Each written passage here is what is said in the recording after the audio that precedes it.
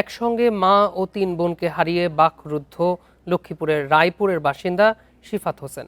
পরিবারের একমাত্র জীবিত সদস্য হিসেবে তার সামনে শুধুই অন্ধকার। কেন এই হত্যাকাণ্ড, মিলছে না তার জবাবও। এদিকে হত্যায় জড়িত অভিযোগে একজন গণপিটুনিতে মারা গেলেও প্রতিবেশীরা বলছেন ৪ জনকে কুপিয়ে হত্যা করা কেবল একজনের পক্ষে সম্ভব নয়। এ বিষয়ে আরও জানাতে লক্ষ্মীপুর থেকে যুক্ত হচ্ছেন আমাদের সহকর্মী আব্বাস হোসেন। আব্বাস, আকস্মিক এই হত্যার ঘটনায় এখনো মামলা হয়নি, এদিকে একাধিক ব্যক্তি জড়িত থাকার সন্দেহ প্রতিবেশীদের। এই পুরো ব্যাপারে পুলিশ কি বলছে, বিস্তারিত জানাবেন আমাদের।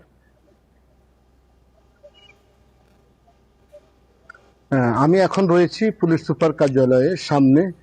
কিছুক্ষণ আগে পুলিশ সুপার যে আবু তারেকের সাথে কথা হয়েছে, তিনি যেটি জানিয়েছেন, কিছুক্ষণ আগেই রায়পুর থানায় একটি হত্যা মামলা দায়ের করা হয়েছে। এই মামলার যে বাদী, অর্থাৎ যে মা এবং যে ৩ বোন নিহতর যে একমাত্র বেঁচে যাওয়া যে ছেলে রয়েছে, অর্থাৎ শিফাত হোসেন বাদী হয়ে মামলা করেছেন। সেখানে কিন্তু যে অনন্ত মজুমদার ছাড়াও আরো অন্যদেরকেও আসামি করা হয়েছে অজ্ঞাত। তবে কতজন আসামি বা কারা আসামি সেটি কিন্তু এভাবে স্পষ্ট করে না, তবে অজ্ঞাত আসামি করে মামলা করেছেন রায়পুর থানা।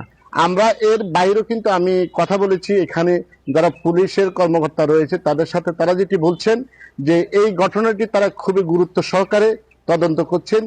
ইতিমধ্যে কি কারণে হত্যাকাণ্ডটি ঘটেছে বা কারাই হত্যাকাণ্ডের সাথে জড়িত, বা অনন্ত মজুমদার কি একাই হত্যাকাণ্ড ঘটেছে কি মানে করেছে কিনা বা ঘটিয়েছে কিনা সে বিষয়ে তারা ইতিমধ্যে তদন্ত কার্যক্রম শুরু করেছেন এবং যে ঘটনাস্থল পরিদর্শন করেছেন ইতিমধ্যে চট্টগ্রাম বিভাগীয় যে ডিআইজি তিনিও কিন্তু ঘটনাস্থল পরিদর্শন করেছেন, আর পুলিশ সুপার পরিদর্শন করেছেন, অন্যান্য পুলিশ কর্মকর্তারাও ঘটনাস্থল পরিদর্শন করেছেন।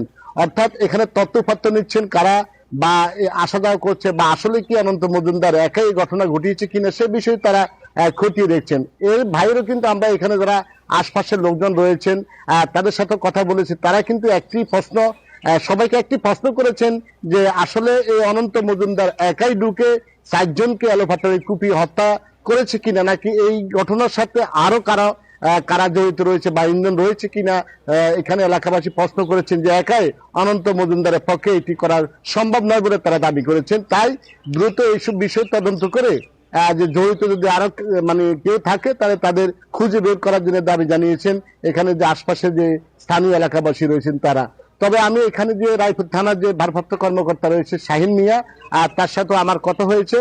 তিনি যেটি জানিয়েছেন তারা ইতিমধ্যে মামলা রুজু করেছেন এবং সে অনুপাতে মামলার যে কার্যক্রম সেটি তারা শুরু করেছেন এবং দ্রুত সময়ের মধ্যে তথ্য উপাত্ত উদ্ঘাটন করবেন এবং এই ঘটনার সাথে কারা জড়িত রয়েছেন বা আরো কারা জড়িত আছেন কিনা সে বিষয়ে তারা ইতিমধ্যে রহস্য উদ্ঘাটনের কাজ করছেন। তবে এখন পর্যন্ত নিশ্চিত নয় যে কি কারণে হত্যাকাণ্ডটি ঘটেছে, পুলিশ এটি নিশ্চিত করতে পারেনি। তবে আজকে কিছুক্ষণ আগে এই যে নিহতদের লাশ হস্তান্তর করা হয়েছে পরিবারের মাঝে, কিছুক্ষণের মধ্যে সে লাশ কিন্তু কুমিল্লা হোমনা যে গ্রামের বাড়িতে জানা যায় সে দাফন করার কথা রয়েছে। আর অনন্ত মজুমদার যে তারও কিন্তু লাশ হস্তান্তর করার প্রক্রিয়াধীন রয়েছে। এখন পর্যন্ত স্বজনরা হাসপাতাল আসেননি, আমরা এমনটি দেখতে পেয়েছি।